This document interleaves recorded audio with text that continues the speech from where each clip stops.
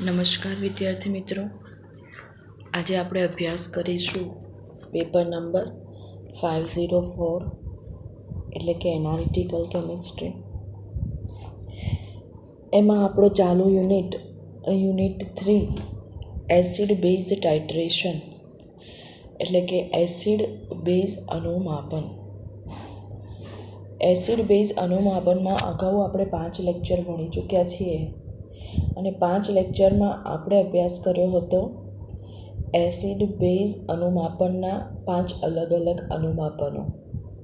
એ 5 અલગ અલગ અનુમાપનો આપણે જોઈ ચૂક્યા કે પ્રબળ એસિડ વિરુદ્ધ પ્રબળ બેઝ વિરુદ્ધ પ્રબળ એસિડ, એક નિર્બળ હોય તો એક પ્રબળ હોય અને બંને નિર્બળ હોય તો એ પાંચેનું આપણે અનુમાપનનો અભ્યાસ કરી ચૂક્યા છીએ. આજે આપણે નવો ટૉપિક શરૂ કરવાનો છે જેનું નામ છે પોલીપ્રોટિક એસિડના અનુમાપનો. અગાઉ આપણે એસિડ બેઝના અનુમાપનો ભણ્યા. હવે એ તબક્કો પૂરો થાય છે. બીજા તબક્કામાં આપણે શેનું અનુમાપન ભણવાનું છે? પોલીપ્રોટિક એસિડના અનુમાપનો. તો જોઈશું વિદ્યાર્થી મિત્રો, સૌપ્રથમ તો કે પોલીપ્રોટિક એસિડ પહેલાં તો કોને કહેવાય, ત્યારબાદ આપણે એનું અનુમાપન અને અનુમાપન પરથી પીએચની ગણતરી અને અનુમાપન આલેખની રચના કરીશું. તો ચલો વિદ્યાર્થી મિત્રો, સૌપ્રથમ આપણે જોઈશું કે પોલીપ્રોટિક એસિડ આપણે કોને કહીશું. તો જુઓ, પોલીપ્રોટિક એસિડ એટલે જે એસિડમાં એક કરતાં વધુ વિસ્થાપિત હાઇડ્રોજન હોય. હવે તમને શું કીધું છે?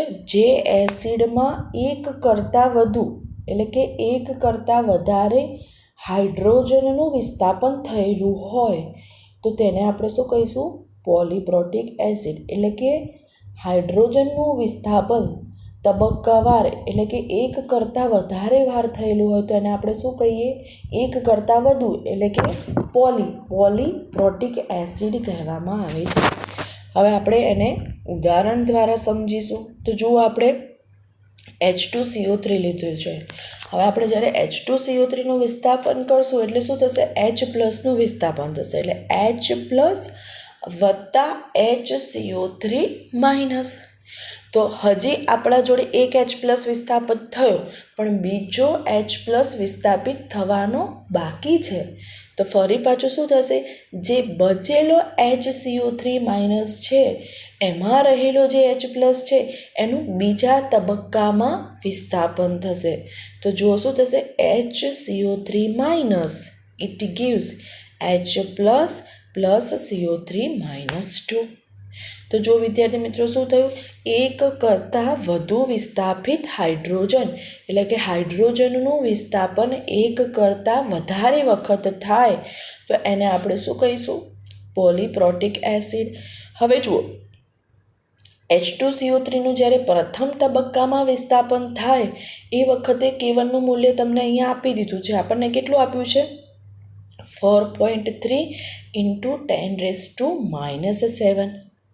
અને જ્યારે બીજા તબક્કામાં વિસ્થાપન થાય છે એ દરમિયાન K2નું મૂલ્ય કેટલું છે? 5.6 × 10⁻11. હવે આપણે આ H2CO3નું ઉદાહરણ લીધું. આપણે બીજા ઉદાહરણ દ્વારા સમજવું હોય તો આપણે બીજું કયું લઈશું? H2SO3. તો એમાં પણ કેટલા હાઇડ્રોજનના અણુઓ છે? તો કે ભાઈ 2 હાઇડ્રોજનના અણુ છે. હવે 2 હાઇડ્રોજનના અણુ હશે તો એનું કેટલી વાર વિસ્થાપિત થશે? 2 વાર વિસ્થાપિત થશે. તો જો કે ભાઈ H2SO3 તો શું કરશે? સૌપ્રથમ 2 હાઇડ્રોજનના અણુમાંથી એક હાઇડ્રોજનને મુક્ત કરશે એટલે કે H+ પ્લસ HCSO3-. હવે આ જે HSO3- જે H છે એનું ફરી પાછું વિસ્થાપન થશે એટલે શું મળશે આપણને? H+ અને SO3-2. તો હવે એનું પણ K1 અને K2નું મૂલ્ય તમને અહીંયા આપેલું છે.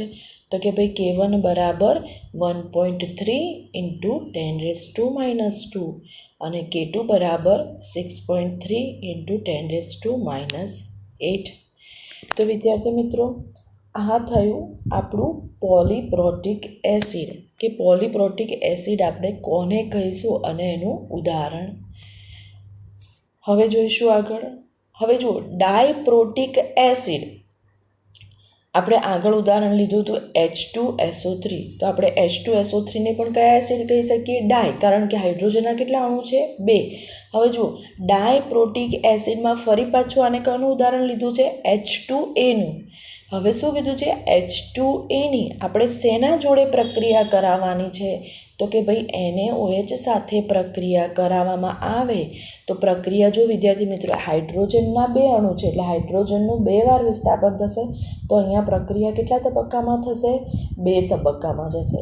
હવે જુઓ, આ ડાયપ્રોટિક એસિડ છે H2A, પણ સપોઝ આપણને ટ્રાયપ્રોટિક આપ્યો હોય, H2ની જગ્યાએ H3PO4 હોય, તો હાઇડ્રોજનનું વિસ્થાપન કેટલા તબક્કામાં થશે? 3 તબક્કામાં થાય. તો આપણે એવા એસિડને કહેવું હોય તો કયા એસિડ કહી શકીએ? ટ્રાય. જો H2 હોય તો ડાય અને H3 હોય તો ટ્રાય. પણ અત્યારે આપણે શેની ચર્ચા કરીએ છીએ? ડાયપ્રોટિક એસિડની, એટલે કે H2Aની. હવે H2Aની આપણે શેના જોડે પ્રક્રિયા દર્શાવવાની છે? NaOH જોડે. તો કે ભાઈ H2A વત્તા NaOH, it gives NaHA plus H2O. હવે H2Aમાંથી એક હાઇડ્રોજનનું શું થયું? વિસ્થાપિત થયું, વિસ્થાપન થયું. હવે હજી એક હાઇડ્રોજન બચ્યો છે NaHA. હવે શું થશે? આ NaHAમાંથી પણ બીજા તબક્કામાં હાઇડ્રોજનનું વિસ્થાપન થશે, એટલે કે NaHA વત્તા NaOH, it gives Na2A plus H2O. એટલે આ વિદ્યાર્થી મિત્રો શું થયું? H2A એટલે કે તમારો ડાયપ્રોટિક એસિડ, અને આ ડાયપ્રોટિક એસિડનું NaOH જોડે પ્રક્રિયા કરી એટલે 2 તબક્કામાં પ્રક્રિયા થશે. હવે જુઓ, ડાયપ્રોટિક એસિડમાં K1/K2 નો ગુણોત્તર 10⁴ એટલે કે 10⁴ હોય તો આલ્કલી સાથે અનુમાપન થઈ શકે. હવે જુઓ, આ ડાયપ્રોટિક એસિડમાં તમને શું કીધું છે કે K1/K2 નો ગુણોત્તર કેટલો હોવો જોઈએ? 10⁴. જો 10⁴ હોય તો જ એસિડનું આપણે બેઝ સાથે આલ્કલી એટલે કે બેઝ સાથે અનુમાપન થઈ શકે. પરંતુ જો K1/K2 લેસ દેન 10⁴ હોય, એટલે કે 10⁴ કરતાં ઓછો હોય, તો અનુમાપન આલેખમાં આપણને કેટલો બ્રેક મળે છે? કેટલો ઢાળ મળે છે? ખાલી આપણને એક જ બ્રેક મળશે. આથી K1નું ઓછામાં ઓછું મૂલ્ય કેટલું હોવું જોઈએ? K2 × 10⁴. એટલે તમને શું કીધું છે વિદ્યાર્થી મિત્રો? કે જે ડાયપ્રોટિક એસિડ છે એમાં K1/K2 નો ગુણોત્તર કેટલો છે? 10⁴. હવે જો K1/K2 નો ગુણોત્તર 10⁴ હશે તો જ આપણે એ એસિડ એટલે કે ડાયપ્રોટિક એસિડનું આપણે આલ્કલી સાથે અનુમાપન કરી શકીએ. અને જો K1/K2 લેસ દેન 10⁴ હશે તો આપણને અનુમાપનનો ફક્ત એક જ બ્રેક મળે. એટલે K1નું મૂલ્ય કેટલું હોવું જોઈએ? ઓછામાં ઓછું K1નું મૂલ્ય કેટલાના બરાબર હોવું જોઈએ? તો કે ભાઈ K2 × 10⁴ જેટલું આપણું K1નું મૂલ્ય હોવું જોઈએ. તો વિદ્યાર્થી મિત્રો, આપણે આગળ જે જોયું એ પોલીપ્રોટિક એસિડ કોને કહેવાય એ જોયું. હવે આપણે જોઈશું નવી થિયરી. તો આપણને શું કીધું છે? પોલીપ્રોટિક એસિડ એટલે શું? આવા એસિડનું, હવે કયા એસિડનું? પોલીપ્રોટિક એસિડનું પ્રબળ બેઝ સાથે અનુમાપન કરતા અનુમાપનના વિવિધ તબક્કાઓએ pHની ગણતરી માટે વપરાતા સૂત્રો જણાવો. એટલે તમારે આ થિયરીમાં શું કરવાનું છે? જો વિદ્યાર્થી મિત્રો, આ થિયરી એક્ઝામમાં તમારે પૂછાતી નથી, પણ તમને ખબર હોવી જોઈએ કે જ્યારે આપણે થિયરી ચાલુ કરીએ એટલે કે પોલીપ્રોટિક એસિડના આપણે જ્યારે અનુમાપન શરૂ કરીશું એ પહેલાં એના સૂત્રોની તમને ખબર હોવી જોઈએ. એટલે તો સૌથી પહેલાં આપણે એની બેઝિક માહિતી કે કયા કયા સૂત્રો આપણે અહીંયા યુઝ કરીશું તો જોઈશું વિદ્યાર્થી મિત્રો આ થિયરી. તો જુઓ, સૌ પ્રથમ આપણે આગળ જોયું કે પોલીપ્રોટિક એસિડ કોને કહીશું? તો કે ભાઈ જે એસિડમાં એક કરતાં વધારે વિસ્થાપિત હાઇડ્રોજન હોય તેને આપણે શું કહીશું? પોલીપ્રોટિક એસિડ. આપણે આગળ ભણી ચૂક્યા. અહીં H2A પ્રકારના એસિડ માટે પીએચની ગણતરી તબક્કાઓ વાઇઝ નીચે મુજબ થાય છે. હવે જો વિદ્યાર્થી મિત્રો આપણે શું કર્યું, પીએચની ગણતરી કરવાની છે. હવે પીએચની ગણતરી આપણે શેની કરીશું, ડાયપ્રોટિક એસિડ. એટલે હવે ડાયપ્રોટિક એસિડ તરીકે આપણે શેને લીધો છે, H2A. બરાબર છે. હવે H2Aનું આપણે તબક્કાવાર વિસ્થાપન કરાવીશું તો શું બનશે, HA- પ્લસ H પ્લસ. એટલે કે એક હાઇડ્રોજનનું અહીંયા શું થયું, વિસ્થાપન થયું અને બીજા જે હાઇડ્રોજન છે એનું બીજા તબક્કામાં વિસ્થાપન થશે. તો બીજા તબક્કામાં કોનું વિસ્થાપન થશે, HA-નું. તો એક HA- જ્યારે વિસ્થાપન થશે એટલે H પ્લસ છૂટો પડશે અને A-2. તો આ જે H2 આપણે લીધો છે એનું આપણે આ બે તબક્કામાં વિસ્થાપન કર્યું.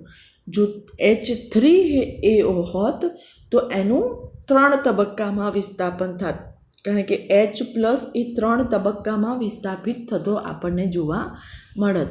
હવે જો આપણને શું કીધું છે, જો K1/K2 આપણે આગળ ભણ્યા <10⁴ હોય તો આપણને અનુમાપનમાં વિદ્યાર્થી મિત્રો કેટલો બ્રેક મળે છે, એક જ બ્રેક મળે છે. આથી K1 બરાબર કેટલું હોવું જોઈએ, K2 × 10⁴ તો જ આપણું અનુમાપન શક્ય બને. એટલે કે જુઓ K1/K2 <10⁴ હોય તો અનુમાપન આલેખમાં ફક્ત એક જ બ્રેક મળે છે. માટે K1 બરાબર K2 × 10⁴ જેટલું હોવું જોઈએ. આ માહિતી થઈ આપણી પોલીપ્રોટિક એસિડની. હવે જો વિદ્યાર્થી મિત્રો આપણને શું કીધું છે, શરૂઆતમાં પીએચ એટલે કે જ્યારે આપણે બેઝ ના એડ કરીએ તે વખતે, કારણ કે આપણે અહીંયા શું એડ કરવાનું છે, બે એસિડ છે એટલે એસિડનું અનુમાપન આપણે આગળ વાત કરી કે આલ્કલી સાથે કરવાનું રહેશે. આલ્કલી એટલે કે બેઝ.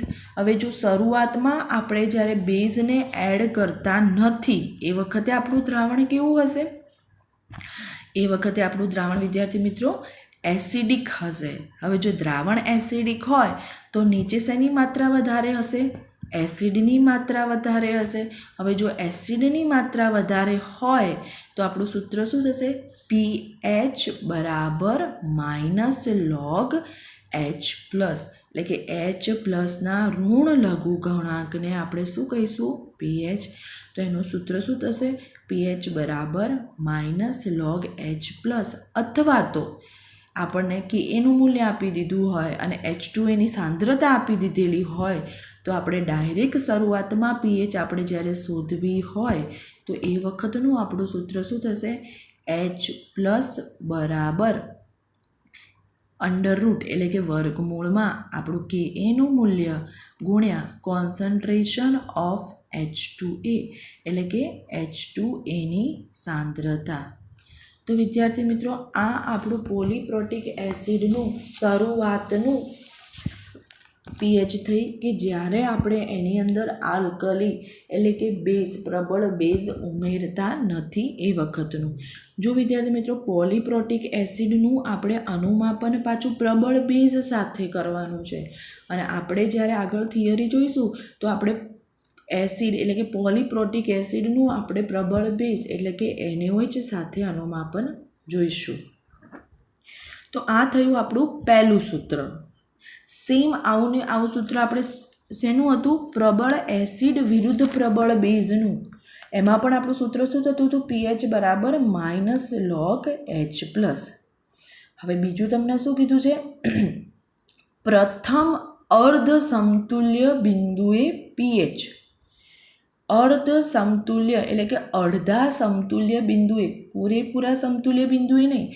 એટલે સપોઝ આપણે જો 0.0 ml શરૂઆતની pH એડ કરી હોય તો એના પછી પ્રથમ સમતુલ્ય બિંદુએ એટલે અર્ધ સમતુલ્ય બિંદુએ એટલે સપોઝ આપણે 12.5 જેટલી આપણે બેઝ એડ કરીએ તો એ વખતની આપણું પીએચનું સૂત્ર શું થશે, તો કે ભાઈ pH બરાબર pKa + log HA- એટલે કે આપણો ક્ષાર કે જ્યારે તમે બેઝને એસિડની અંદર એડ કરશો એ વખતે કેટલો બેઝ એસિડ સાથે રિએક્ટ કરી અને ક્ષાર બનાવશે, તો કે log HA માઇનસ ભાગ્યા H2A.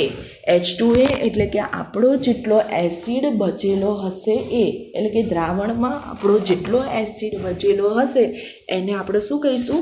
H2A. તો પ્રથમ અર્ધ સમતુલ્ય બિંદુએ જો આપણે પીએચ શોધવી હોય તો એનું સૂત્ર શું થશે? pH બરાબર pKa plus log HA minus એટલે કે સોલ્ટ ભાગ્યા એસિડ એટલે કે જે દ્રાવણમાં એસિડ બચેલો છે એ, એટલે કે કેટલો આવશે? H2A. પછી આપણું ત્રીજું, પ્રથમ સમતુલ્ય બિંદુ માટે pH. હવે શરૂઆતની આપણી પીએચનું આપણે સૂત્ર જોઈ લીધું. હવે પ્રથમ અર્ધ સમતુલ્ય બિંદુએનું આપણું પીએચ જોઈ લીધું. હવે ત્રીજું છે પ્રથમ સમતુલ્ય બિંદુએ.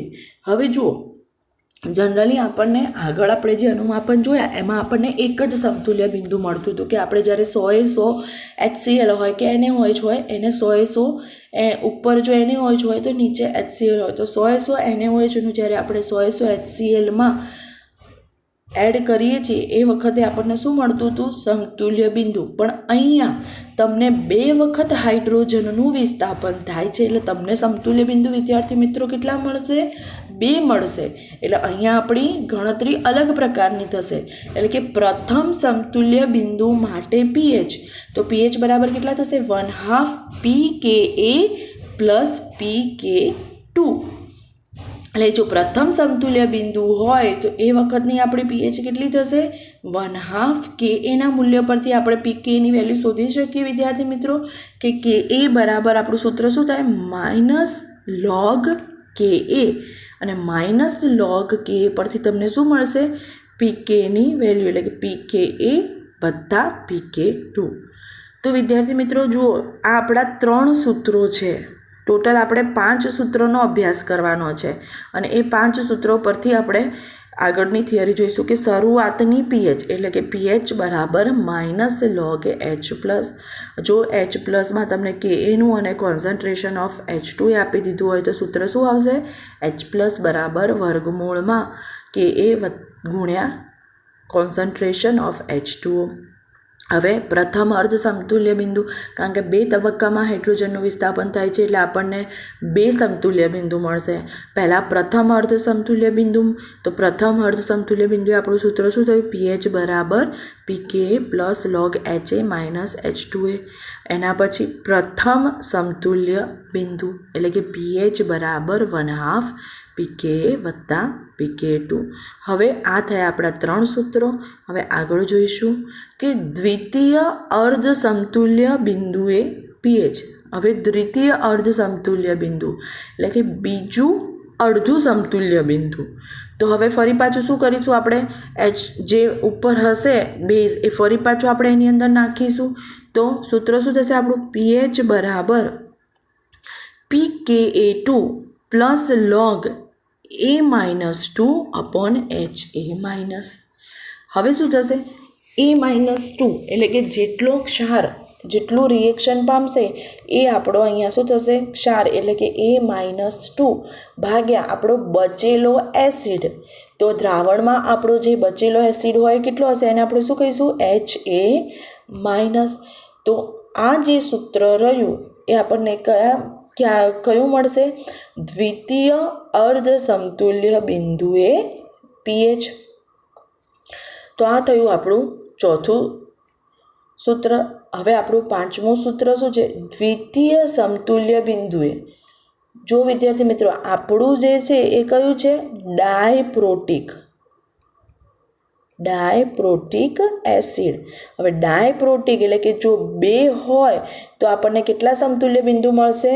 2 સમતુલ્ય બિંદુ આપણને મળે જો ડાય હોય તો. જો ટ્રાય હશે તો આપણને કેટલા મળશે? 3. હવે દ્વિતીય સમતુલ્ય બિંદુ, હવે જો બે જ હાઇડ્રોજનનું વિસ્થાપન આપણને 2 તબક્કામાં થયું હતું એટલે તમને 2 સમતુલ્ય બિંદુ મળશે. તો એટલે કે છેલ્લું આપણું જે દ્વિતીય સમતુલ્ય બિંદુ છે એટલે કે pH બરાબર 1/2 pKa2 પ્લસ pKa3. તો આ જે સૂત્ર થયું એ આપણું દ્વિતીય સમતુલ્ય બિંદુ માટેના પીએચનું. એટલે જો બે એટલે કે ડાયપ્રોટિક હોય તો સૌપ્રથમ આપણે શેની ગણતરી કરશું? શરૂઆતમાં પીએચની, પછી બીજા નંબરમાં પ્રથમ અર્ધ સમતુલ્ય બિંદુએ પીએચની, પછી પ્રથમ અર્ધ સમતુલ્ય બિંદુ પતી જાય પછી ત્રીજા તબક્કામાં આપણે શેની ગણતરી કરીશું? પ્રથમ સમતુલ્ય બિંદુની. પછી ફરી પાછું ચોથા તબક્કામાં આપણે દ્વિતીય અર્ધ સમતુલ્ય બિંદુની, એટલે કે જે બીજો હાઇડ્રોજન વિસ્થાપન થાય એ વખતના અર્ધ સમતુલ્ય બિંદુની પીએચ, અને છેલ્લું દ્વિતીય સમતુલ્ય બિંદુની પીએચ. એટલે આપણે જો સૂત્ર ભણવાના મતલબ આપણે જો થિયરી આવશે તો આપણે આ પ્રકારના સૂત્રનો અપ્લાય કરવાનો રહેશે. સપોઝ જો આપણને 3 હોત, 3 હાઇડ્રોજન, તો શું થોત? હજી ત્રીજું હાઇડ્રોજનનું વિસ્થાપન થાત તો આપણે શું થાત? તૃતીય અર્ધ સમતુલ્ય બિંદુએ પીએચ અને તૃતીય સમતુલ્ય બિંદુએ પીએચ, અને પછી આપણે એના ઉપરથી આપણે પીએચની ગણતરી કરી અને અનુમાપન આલેખની રચના કરીશું, અને આપણને કયા પ્રકારનો બ્રેક મળે એટલે કે કયા પ્રકારનો આપણને અહીંયા ઢાળ મળશે એની આપણે ચર્ચા કરીશું. તો વિદ્યાર્થી મિત્રો, આ જે મારું આજનું લેક્ચર થયું એ પોલીપ્રોટિક એસિડના અનુમાપનની આજે આપણે એની બેઝિક માહિતીની ચર્ચા કરી કે સૌપ્રથમ પોલીપ્રોટિક એસિડ આપણે કોને કહીશું, પછી એના કયા કયા સૂત્રો આપણે થિયરીમાં અપ્લાય કરીશું. સપોઝ 2 ડાયપ્રોટિક હોય તો એનું કેટલા વાર તબક્કાવાર વિસ્થાપન થાય? તો કે ભાઈ 2 વાર. ટ્રાય હોય તો કેટલા તબક્કાવાર વિસ્થાપન થાય? તો કે ભાઈ 3 વાર. બરાબર છે વિદ્યાર્થી મિત્રો. હવે આગળના લેક્ચરમાં આપણે પોલીપ્રોટિક એસિડની એક્ઝામમાં પૂછાઈ શકે એવી થિયરીની ચર્ચા કરીશું. એ આપણે જોઈશું વિદ્યાર્થી મિત્રો આગળના લેક્ચરમાં.